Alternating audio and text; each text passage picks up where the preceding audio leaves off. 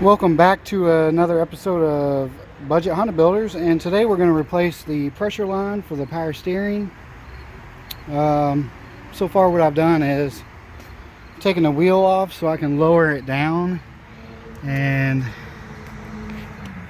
don't know if you can see, where are we? Alright,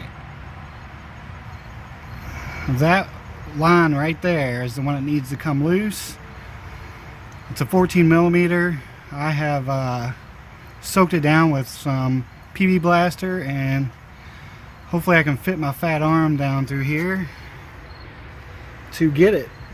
It's been a couple days now and I'm just not editing the video, and even though it's been a couple days, my arm is all bruised up from stuffing it down in between the intake manifold and the brake master cylinder. Every time I squeeze my hand, it hurts really bad, but that's the price you pay, I guess. Alright, so let's try to get this thing off.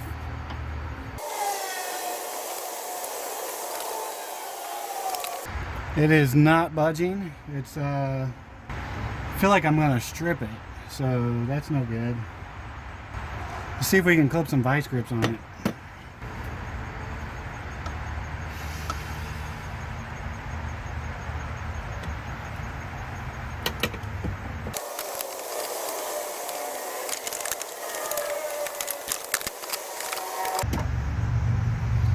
Alright, that's not gonna work. I think what I need to do is, I don't know. It goes down and in like this. I think maybe if I cut that off, then I could get that on top of it, or even a socket. Might help keep me from stripping it out.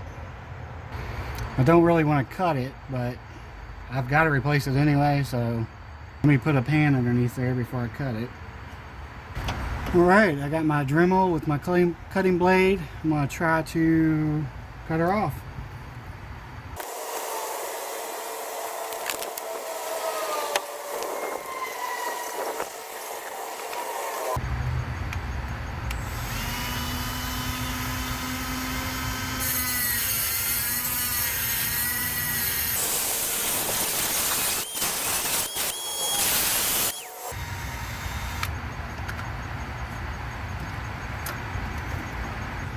Alright, we got it cut off.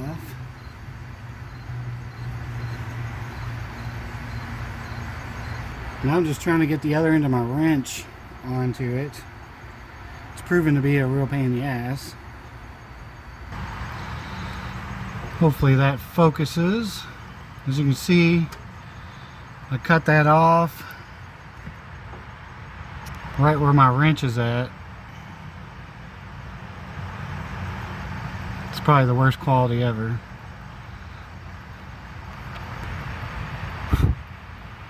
Now I just need to unloosen this bitch. I'm gonna go ahead and get the rest of the line out. Just unscrew these two bolts.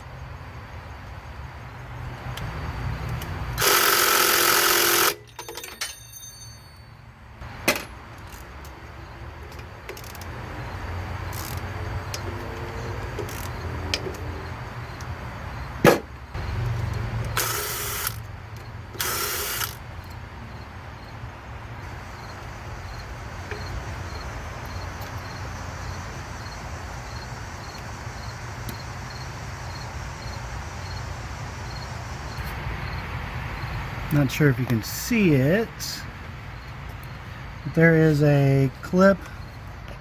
I guess it's some kind of sensor for the power steering.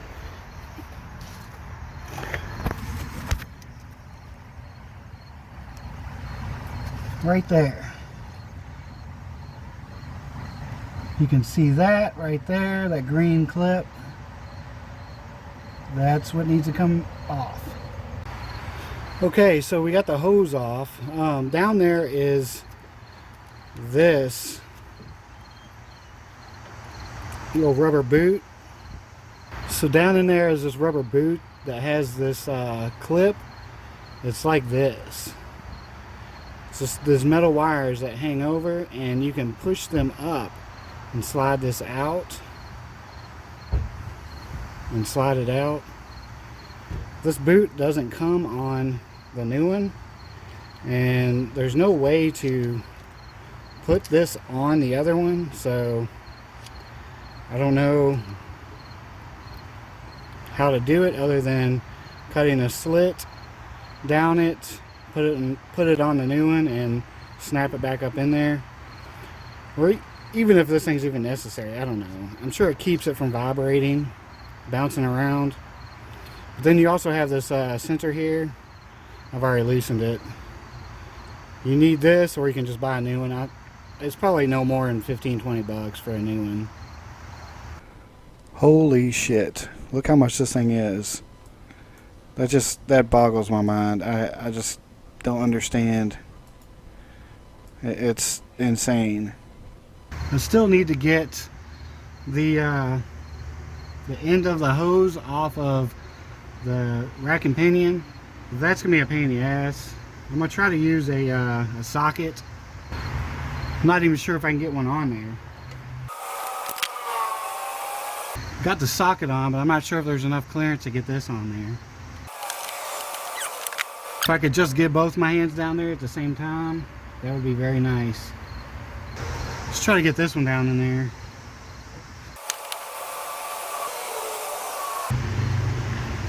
Alright, so I got the long arm. I'm going to try to get it off with this.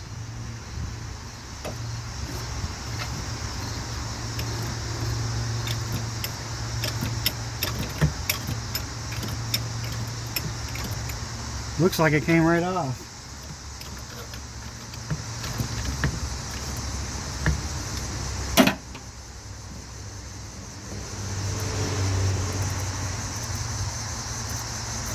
Indeed it did. Thank God. Ah, it hurts. Ouch. Alright, we got that bitch off. What a pain in the ass this is. Alright, we got that taken off. And I've been working on that for like an hour, no joke. It's time to reinstall the new one.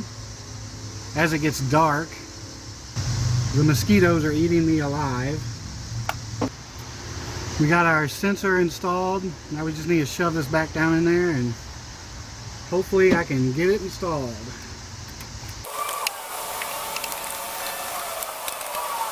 Alright, she's down there, but I need to go up underneath to wiggle it up over the rack and pinion. Screwing this thing is fuck, I can't even talk. Screwing this into the rack and pinion is going to be a pain in the ass. I really need two arms.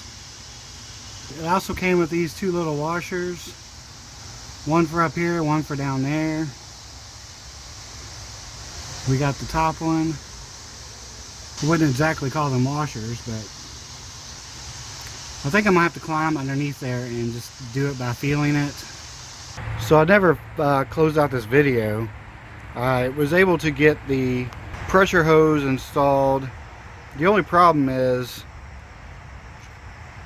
that won't even tighten down because that's way thicker than the original. There's the original, and you see one side is thinner than the other side.